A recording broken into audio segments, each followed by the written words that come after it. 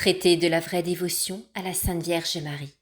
Strophe 123 à 125. Strophe 123.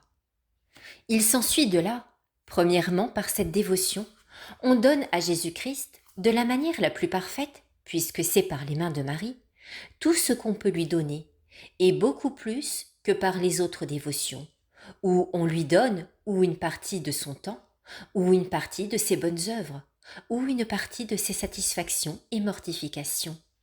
Ici, tout est donné et consacré, jusqu'au droit de disposer de ses biens intérieurs et les satisfactions qu'on gagne par ses bonnes œuvres de jour en jour. Ce qu'on ne fait pas même dans aucune religion, c'est-à-dire ordre ou institut religieux. On donne à Dieu dans les religions les biens de fortune par le vœu de pauvreté, les biens du corps par le vœu de chasteté, la propre volonté par le vœu d'obéissance, et quelquefois la liberté du corps par le vœu de clôture. Mais on ne lui donne pas la liberté ou le droit qu'on a de disposer de la valeur de ses bonnes œuvres, et on ne se dépouille pas autant qu'on peut de ce que l'homme chrétien a de plus précieux et de plus cher, qui sont ses mérites et ses satisfactions. Strophe 124.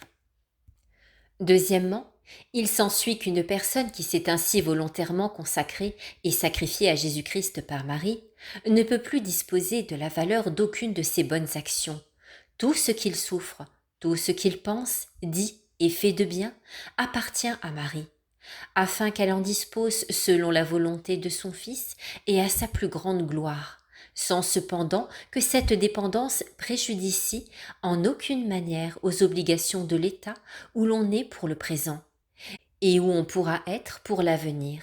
Par exemple, aux obligations d'un prêtre qui, par office ou autrement, doit appliquer la valeur satisfactoire et impétratoire de la Sainte Messe à un particulier, car on ne fait cette offrande que selon l'ordre de Dieu et les devoirs de son État.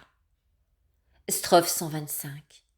Troisièmement, il s'ensuit qu'on se consacre tout ensemble à la Très Sainte Vierge et à Jésus-Christ.